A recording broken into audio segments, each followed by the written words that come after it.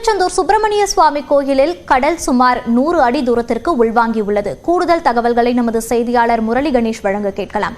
முரளி கணேஷ், தற்போது அங்கு கடல் உள்வாங்கி இருக்கிறது. ஆனாலும் மக்கள் கொஞ்சம் கூட அந்த பாதுகாப்பு உணர்வு இல்லாமல் அங்கு கடலில் நீராடி வருகின்ற காட்சிகளை நம்மால் பார்க்க முடிகிறது. காவல்துறையினர் என்னென்ன நடவடிக்கைகளை அங்கு மேற்கொண்டிருக்கின்றனர்?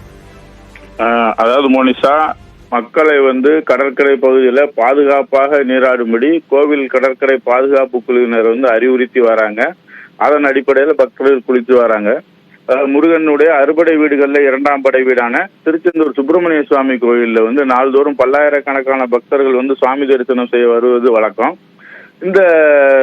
இப்படிப்பட்ட சூழ்நிலையில கோவில்ல அமாவாசை மற்றும் பௌர்ணமி தினங்கள்ல கோவில் கடல் உள்வாங்குவது வாடிக்கையா இருக்குது. இன்று அமாவாசை. இதையொட்டி காலையில இருந்தே திரளான பக்தர்கள் கோவில்ல தங்களுடைய முன்னோர்களுக்கு தர்ப்பணம் செய்யறதுக்கு குவிஞ்சு வராங்க. இப்படிப்பட்ட சூழ்நிலையில இந்த அதிகாலை 5 மணி முதல் கடல் அமைதியாகவும் கிட்டத்தட்ட 500 மீட்டர் நீளத்திற்கு 100 அடி தூரத்திற்கு கடல் உள்வாங்கி காணப்படுகிறது. வழக்கமாக கடல் உள்வாங்குகிறது என்றாலும் இன்று வழக்கத்தை விட சற்று அதிகமாக உள்வாங்கி இருக்கிறது. பாசி படர்ந்த பவளப்பாறைகள் நீண்ட தூரத்திற்கு அதிக அளவில் தென்படுகிறது. இருந்த போதும் பக்தர்கள் கடல்ல புனித நீராடினபடியும் கோவில் கோபுரமும் இந்த பவளப்பாறையும் தெரியும்படியாக பாறை மீது நின்று செல்ஃபி எடுத்து மகிழ்ந்து வராங்க.